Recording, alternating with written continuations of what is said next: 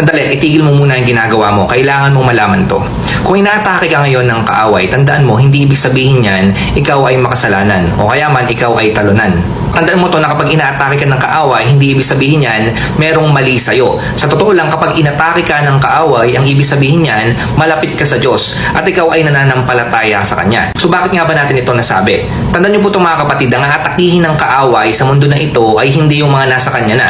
Ang atakihin ng kaaway ay yung mga na kay Kristo at yung mga nananampalataya sa Kanya. Ang gusto po ni Satan, agawin kayo dyan sa liwanag at dalhin kayo sa kadiliman. Alam naman po natin na sinasabi ng Biblia na itong si Satan, siya po ay magnanakaw. Kapag madalas po kayong inaatake ng kaaway, ang ibig sabihin lamang po niyan, merong magandang plano yung Diyos sa buhay nyo. Ibig sabihin, mataas po yung calling na ibinibigay sa inyo ng Diyos. Kasi mga kapatid, kung babasahin nyo po yung gospel, si Satan mismo, inatake niya yung ating Panginoong Kristo doon sa ilang. So ano ang gusto mangyari ni Satan? Gusto mangyari ni Satan na masira yung magandang plano ng Diyos para sa sangkatauhan sa pamamagitan ng ating Panginoong Kristo. Pagkatapos kasing bautismuhan ng ating Panginoong Kristo doon sa Ilog Jordan, doon po sa ilang nakita po natin, doon pumasok si Satanas. So dahil alam po ni Satan na merong malaking gagampanan yung ating Panginoong Kristo sa kaligtasan, sa una pa lang, sisirain niya na po ito. Sinubukan niya na pong atakihin yung ating Panginoong Kristo, pero hindi siya nagtagumpay. Kung inaatake po kayo ng kaaway spiritually, ito po yung tatandaan nyo. Ibig sabihin yan, may purpose ka. Ibig sabihin yan, meron kang value.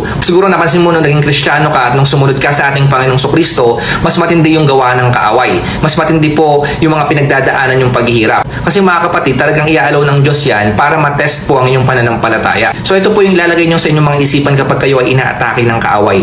Kapag kayo ay inaatake ng kaaway, hindi ibig sabihin yan mahina kayo o merong problema sa inyo. Inaatake kayo ng kaaway kasi po mahalaga kayo. Kung nararamdaman nyo po yung napakatinding gawa ng kaaway sa inyong buhay, tandaan nyo po mga kapatid, napakataas ng pagtawag sa inyo ng Panginoon. Merong napakagandang plano yung Diyos sa inyo at pipilitin po na sirain yan ng kaaway.